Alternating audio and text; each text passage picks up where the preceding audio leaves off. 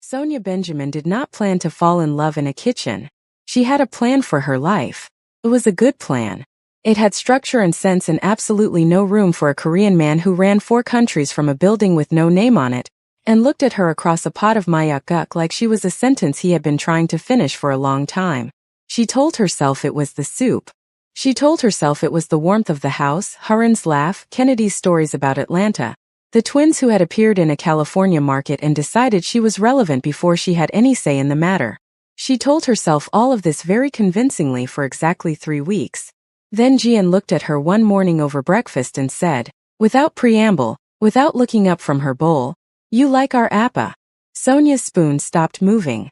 "Jian, it is okay," Jian said, still not looking up. "Calm as weather. We like you too. We decided in California." She picked up her spoon again. "Arin decided first. But I agreed." Across the table, Arin was eating with the focused innocence of someone who had absolutely nothing to do with this conversation, and was simply present by coincidence.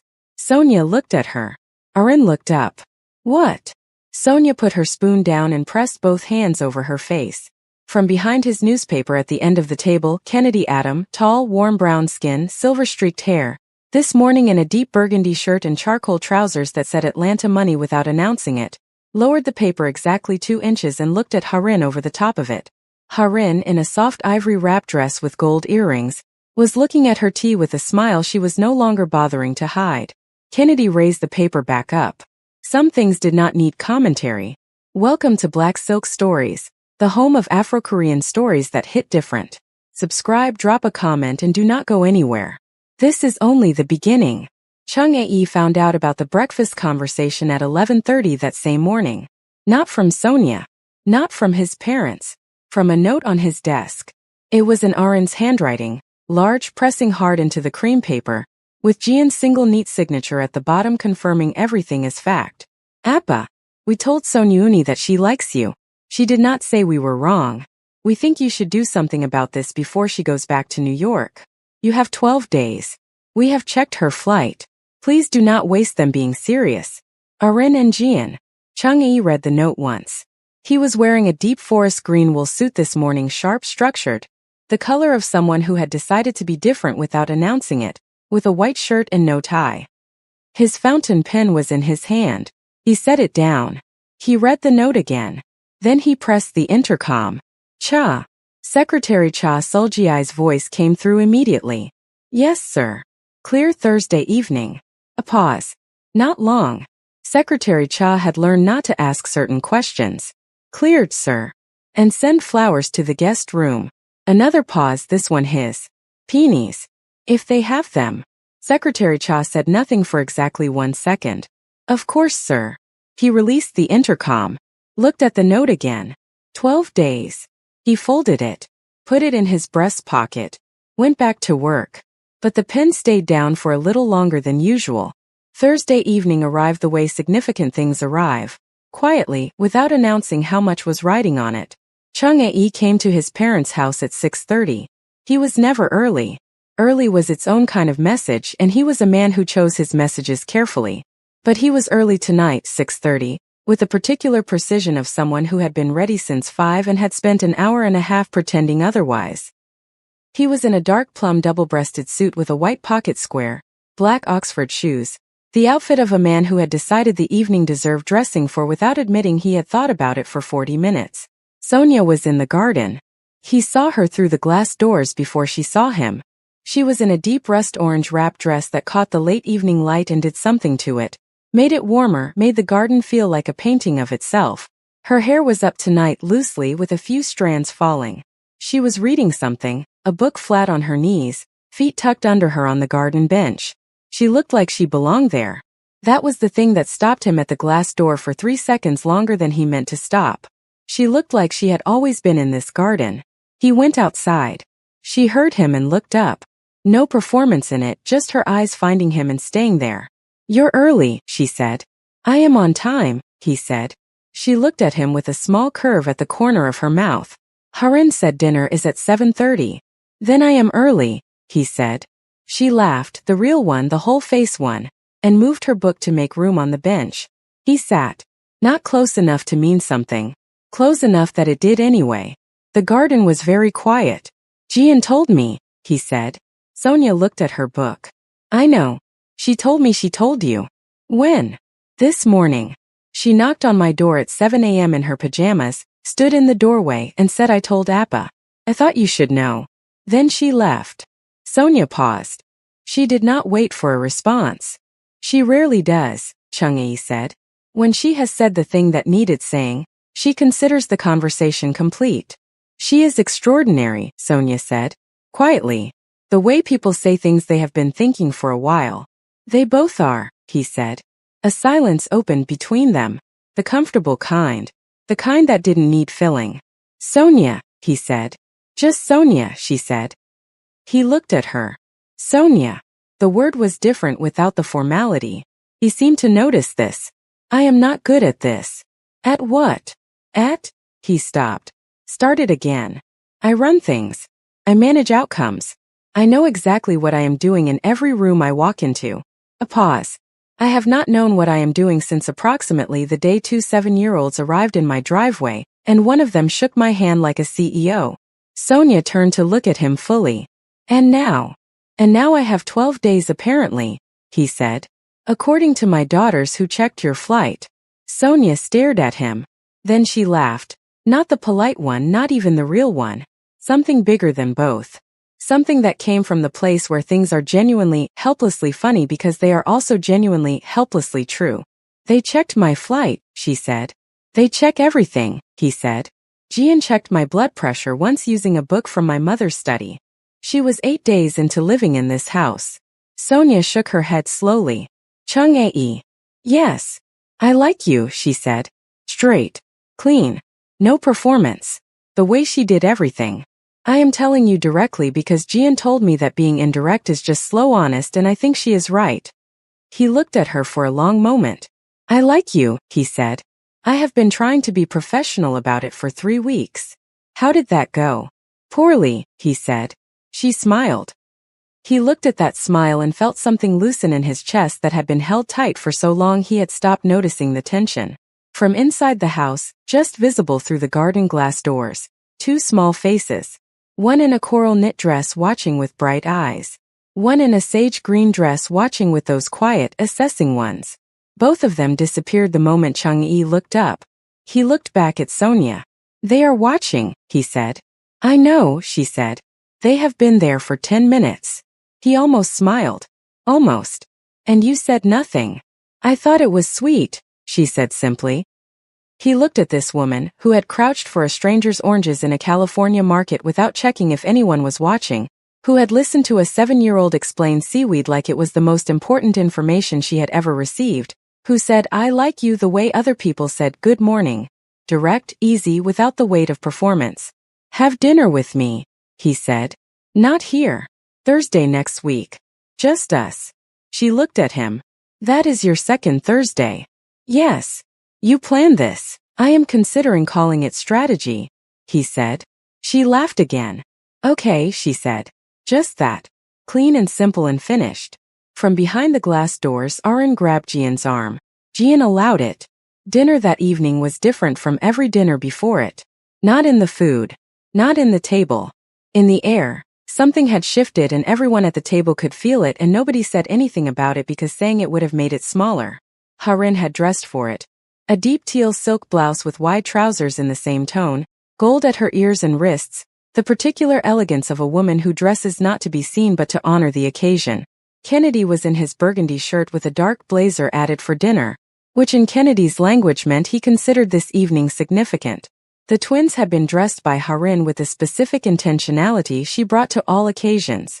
Arin was in a coral pink dress with a wide skirt and a white sash at the waist, white ankle socks with a lace trim, and small white leather shoes with a single pearl button.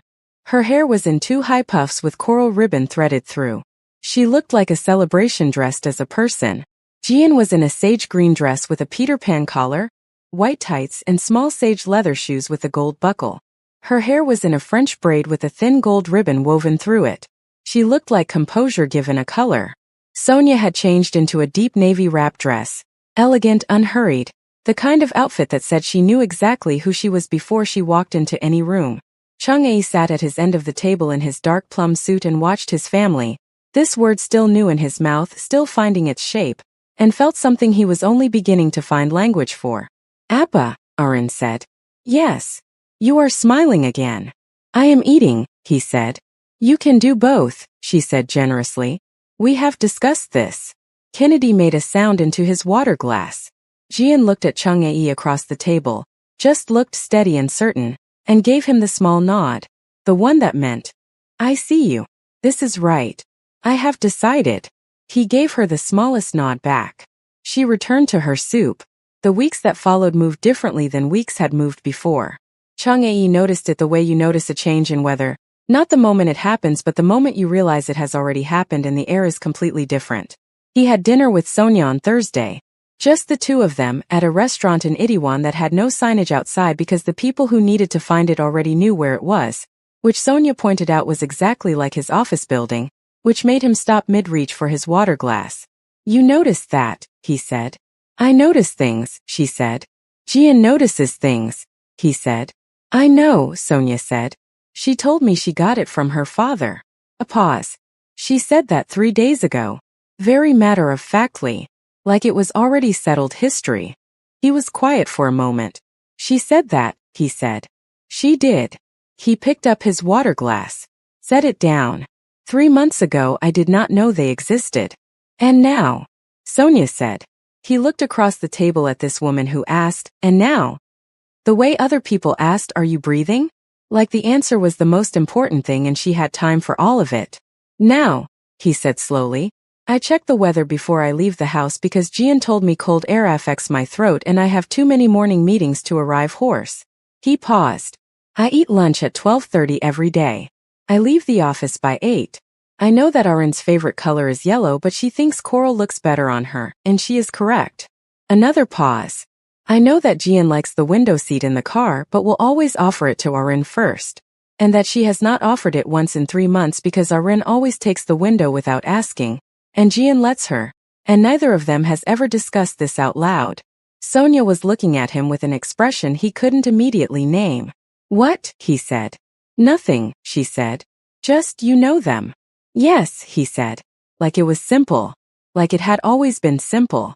Like he had not spent the first 2 weeks of their arrival standing slightly outside of everything, watching uncertain. A man who ran organizations discovering that he did not know how to simply be present without an agenda. You know them, Sonia said again, softer. That is everything, Chung A.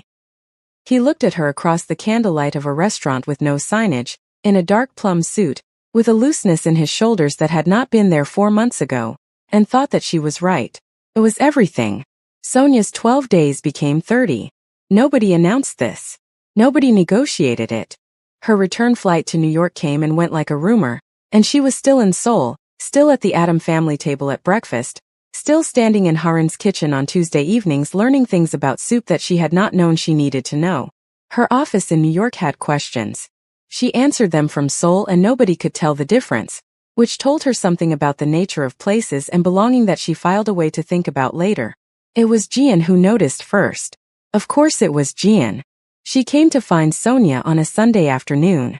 Sonia was in the sitting room with her laptop, in a soft caramel-colored cashmere sweater and wide cream trousers, the particular outfit of a woman who had stopped performing casualness and arrived at actual comfort. Her hair was down. She had taken off her shoes. Jian stood in the doorway in a deep cobalt blue dress with a white lace collar, white tights and small navy shoes with a gold clasp. Her Sunday best because Harin believed Sundays were still occasions. Her braid today had a thin cobalt ribbon threaded through it. She looked at Sonia for a moment. Then she came and sat beside her on the sofa. Not close enough to intrude. Close enough to mean something. Your flight was 3 days ago, Jian said. I know, Sonia said. You are still here. I am. Jian was quiet for a moment, in the way she was quiet when she was deciding how to say the thing she had already decided to say. Are you staying? Sonia closed her laptop, turned to look at her fully. Would you like me to? Jian considered this with the gravity she gave all important questions. Then she said, we have already decided that we would like you to. I am asking what you would like. Sonia looked at this child, 7 years old, cobalt dress, gold ribbon, the eyes of someone who had been watching and filing and deciding since before she had words for any of it, and felt something move in her chest that she recognized from California. From a farmer's market. From the moment she had watched this child stand completely still in the middle of a busy market and decide about her. I would like to stay, Sonia said. Jian nodded once. Stood up. Smoothed her dress. Good, she said. I will tell Arin. She paused at the doorway. Also Appa. He will not ask you himself. He is working on being less serious, but it takes time. She looked back. We are patient with him. Then she left. Sonia sat in the quiet sitting room for a long moment. Then she opened her laptop and sent an email to her New York office that said she would be working remotely for the foreseeable future, effective immediately, and closed it again before she could second-guess herself. Chang'e heard about the email from Arin. Arin heard about it from Jian. Jian had heard it directly from Sonia. This was the information infrastructure of the Atom household, and it functioned with an efficiency that Chang'e's four-country operation could not entirely match. He found Sonia that evening on the terrace. She was standing at the railing looking out at the Seoul skyline, the city blazing below in the dark, thousands of lights making their own kind of argument for beauty. She was in a deep burgundy silk blouse and tailored black trousers, her hair loose, and she looked like someone who had made a decision and was standing inside the piece of it. He came and stood beside her. He was in a dark olive green suit tonight, structured, deliberate, the jacket slightly open, with a black shirt beneath. No tie. The city below them did not care what either of them was wearing, but he had dressed for this moment anyway, the way he dressed for everything that mattered. Neither of them spoke for a moment. You stayed, he said. I stayed, she said. Jian told me you said you wanted to. Jian is very efficient, Sonia said. She is, he agreed. A pause. I would have asked you. I want you to know that. I was building toward it. I know, she said.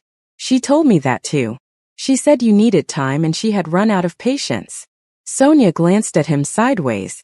Her exact words were, Appa moves carefully, but Sonia's flight already left and carefully was taking too long. He looked out at the city. She is 7 years old. She really is, Sonia said. She runs this family. Her and Arin both, Sonia said. Arin runs it loudly. Jian runs it quietly. Together they are unstoppable, he said. I was going to say complete, she said. But unstoppable works too. He turned to look at her. Fully. The way he had been careful about until now, the looking that didn't have an exit strategy, that said, I see you and I am not managing the fact that I see you. Sonia, he said. Yes. I would like you to stay. He said it the way he signed things that mattered, deliberately, with full knowledge of what he was committing to. Not for 12 days. Not for 30. I would like you to stay. She turned to look at him. The Seoul skyline burned behind them both. Then I'll stay, she said. He reached over and took her hand at the railing. Just that. Her hand in his, both of them looking out at the city, the weight of a decision that had taken 3 weeks and a 7-year-old's impatience to arrive at. From inside the house, behind the glass terrace door, 2 small figures stood in the dark hallway. Arin was in her coral pink pajamas with white stars, hands clasped together at her chest, eyes wide. Jian was beside her in deep cobalt pajamas with small silver moons, arms folded, expression satisfied in the way of someone whose calculation has returned the correct result. I told you, Jian said quietly. You did, Arin whispered. You always tell me and you are always right. Jian said nothing, but she unfolded her arms and took Arin's hand. They stood there together in the dark hallway, watching their father hold someone's hand on a terrace for the first time in his life, and neither of them said another word because some things were not for words. Kennedy Atom proposed the dinner 3 weeks later. Not a quiet dinner. Not a family dinner. The dinner, the kind that required a private room in a restaurant that needed a phone call rather than a reservation, that required the right table and the right light and the kind of service that anticipated rather than responded. He announced it on a Wednesday morning in the kitchen, in a deep navy shirt and stone gray trousers, his silver-streaked hair freshly cut, the energy of a man who had made a plan and was now simply informing the relevant parties, which was, Chang'e noted, exactly what Harin did, which explained 31 years of marriage entirely. Saturday evening, Kennedy said. All of us. 7 o'clock. What is the occasion? Chang'e asked. Kennedy looked at him over his coffee mug. Does there need to be one? With you, yes, Chung-ae said. You do not book private rooms for ordinary Saturdays. Kennedy smiled, the full Atlanta one. Smart boy. He set down his mug. The occasion is that this family has become something worth celebrating. And I would like to celebrate it properly. Arin looked up from her porridge. She was in a white broderie anglaise dress with a yellow sash, yellow leather shoes and yellow ribbons in her puffs, the outfit of someone who had woken up and decided today was important before knowing why. Are we dressing up? She asked. You are dressing up, Kennedy confirmed. Arin turned to Jian with the expression of someone receiving excellent news. Jian, in a soft lilac dress with a white Peter Pan collar, lilac tights and small silver shoes, was already nodding, one slow, satisfied nod. Harin said we are going shopping this afternoon, Arin told Sonia across the table. Sonia, in a warm mustard yellow blouse and camel trousers, looked at Harin. You already planned the shopping. Harin, in a soft rose blouse with wide ivory trousers and pearl earrings, smiled into her tea. I planned the shopping on Monday. Kennedy picked up his coffee. She booked the restaurant on Sunday. Before you announced it this morning, Chung-ae said. Before I announced it this morning, Kennedy confirmed. Chung-ae looked at his father. You two planned this together. We plan everything together, Kennedy said simply. 31 years. That is how it works. Saturday arrived in the particular way of evenings that have been decided about in advance, with a quiet ceremony to it, a sense of occasion in the air before anyone had dressed for it. Harin had chosen everyone's venue outfits with the focused intentionality she brought to all things that mattered. She herself was in a deep emerald silk dress, floor length, with 3/4 sleeves and a soft draped neckline, understated and completely magnificent, the way Harin always was when she decided to be. Her silver-streaked hair was pinned up with a jade pin, pearl earrings, the look of a woman who had arranged this entire evening 3 days before anyone knew there was an evening to arrange. Kennedy was in a white tuxedo jacket over a black dress shirt, black tuxedo trousers and black Oxford shoes. The white jacket against his warm brown skin in the evening light was the kind of image that made rooms go quiet when he walked in, unhurried, inevitable, Atlanta by way of 31 years of soul, and every single one of them visible in the way he carried himself. The twins emerged from Harin's dressing room, where they had been for 45 minutes with Harin, which was itself an occasion, in matching silhouettes but different colors. Harin was in a pale gold dress with a full skirt, a wide ivory sash at the waist, and small gold leather shoes with a pearl buckle. Her hair was in 2 high, elegant puffs threaded with gold ribbon that caught the light when she moved. She walked out of the dressing room with the bearing of someone who understood that the dress was not the occasion, she was. She had understood this since approximately the day she was born. Jian was in a deep rose dress with a full skirt, ivory sash, and small rose leather shoes with the same pearl buckle. Her hair was in an elaborate braid pinned at the crown, with thin rose ribbon woven through it and a small pearl pin at the center. She walked out behind Arin, looked at the room once to take its measure, and stood straight with the composure of someone who had already decided how this evening was going to go and was simply waiting for everyone else to arrive at the same conclusion. Chung-ae was in a white dinner jacket over a black dress shirt, black trousers, black patent shoes, the mirror of his father's energy, the same authority expressed through a different generation. He stood at the bottom of the stairs when the twins came down and looked at them, his daughters in their gold and rose, descending a staircase like they had always known it was theirs, and the expression on his face was not the controlled stillness of a boardroom. It was something he had stopped trying to hide. You look, he started. Beautiful. Arin supplied helpfully. You can say it. We worked very hard. You look beautiful, he said. Arin beamed. Jian looked at him with those eyes and said very quietly, You look like our Appa. He crouched in front of her. I am your Appa, he said. Jian reached forward and straightened his white jacket lapel. The gesture, always the gesture, the one that stopped his heart every time and said, Yes, we decided that a long time ago. She stepped back. Now let us go. Grandpa booked somewhere with no sign outside. Like your building. Like my building, he said. It must be very good then, she said simply and walked to the door. Sonia appeared at the top of the stairs. She was in a deep midnight blue gown. Floor length, simple and devastating, with gold earrings that caught the light and her hair pinned up with 2 loose strands falling at her jaw. She descended the stairs the way she did everything, without announcing herself, without performing the entrance, simply arriving and being completely, effortlessly present. Chung-ae stood at the bottom of the stairs and watched her come down. He did not say anything. He did not need to. His face said it in the language he was still learning, the one that did not require management, that did not need walls around it, that his daughters had been patiently, persistently teaching him since the day one of them shook his hand on a driveway and the other patted his shoulder twice and told him he was going to be fine. He held out his hand at the bottom of the stairs. She took it. Arin grabbed Jian's arm. Jian permitted it. The restaurant had no sign outside. Inside it was warm and gold-lit, with a private room that had a round table set for 6, deep wine-colored walls, candles, and the kind of quiet that money buys, not as silence but as peace. They sat. They ate. Kennedy told the story of the first time he came to Seoul 31 years ago, knowing nobody, speaking no Korean, arriving at Harin's family home for dinner and understanding approximately none of what was said to him all evening except the moment Harin's mother looked at him across the table and said in very careful English, "You love her." And he had said, "Yes, ma'am. Very much." And Harin's mother had nodded and said, "Good," and passed him more rice, and that had been that. Harin, telling her version of the same story, said her mother had told her afterward.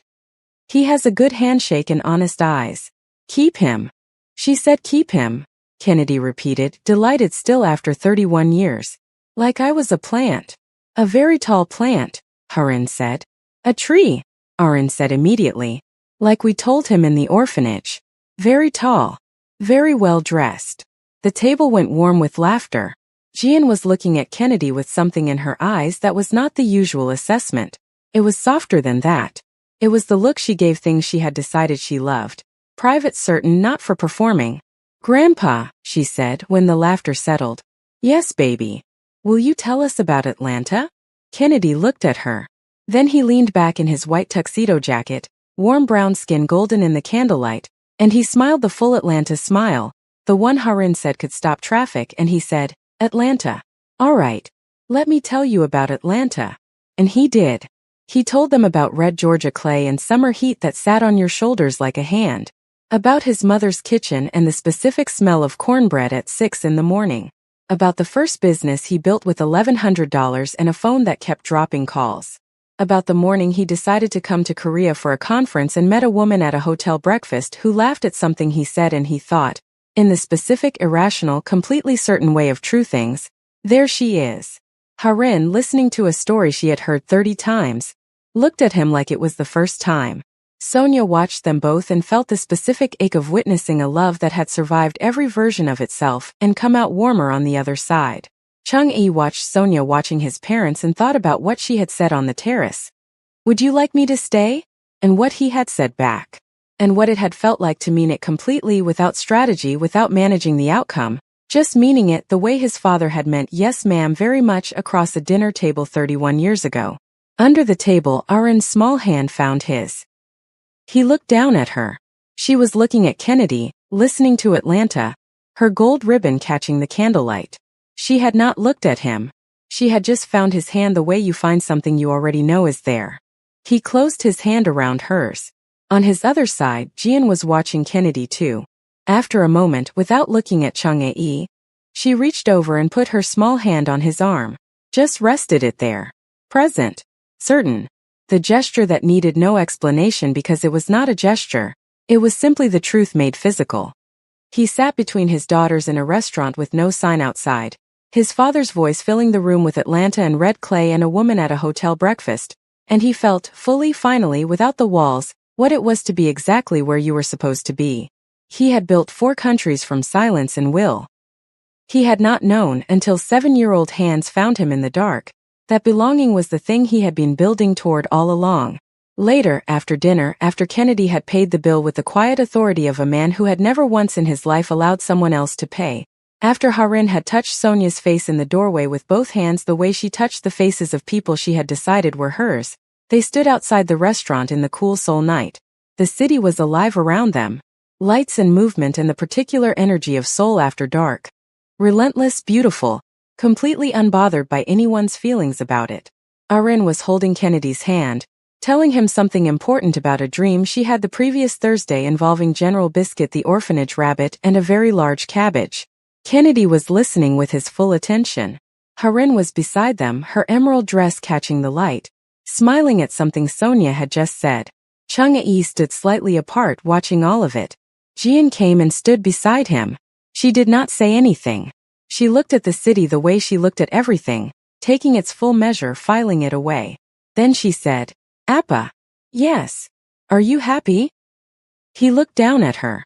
Rose dress, pearl pin, the braid Harin had woven through with such care. Those eyes that had watched him from a driveway on a Friday afternoon and decided, before he had any say in the matter, that he was theirs. Yes, he said.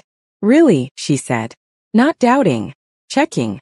The way she checked everything for accuracy, not reassurance. Really, he said. She looked at the city for another moment. Then she said very quietly, the way she said the things that mattered most, without performance, without announcement, just the truth placed carefully into the air between them. We are happy too, Appa. We were waiting for you. We just did not know your name yet. He did not trust his voice for a moment. When he found it, he said, and now? She looked up at him with those eyes. Now we know everything, she said simply. He put his hand on her small shoulder. She leaned just slightly, just enough against his side.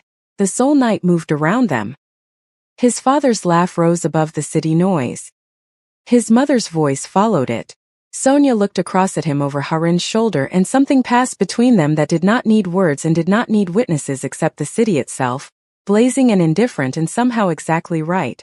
Chang'e stood in the soul night with his daughter leaning against him and thought about a Thursday he had signed papers without reading them. He thought about a driveway and a yellow dress and a hand held out formally by a 7-year-old who had already decided. He thought about soup that needed a little more time. He thought about all the things he had built and all the things that had arrived without warning, and how the things that arrived without warning had turned out to be the only things that were truly, completely, irreversibly his. He had not ordered this life. He had signed for it without reading it. And it was, without question, the best thing he had ever put his name to. Thank you for staying until the very last word. This story was made for the ones who believe that love does not always arrive the way you planned. Sometimes it arrives in a yellow dress, shakes your hand on a driveway, and decides you before you have any say in the matter. If this story found you, if it sat with you, if it cracked something open, if you watched this family and felt something you were not ready for, then you are exactly where you belong.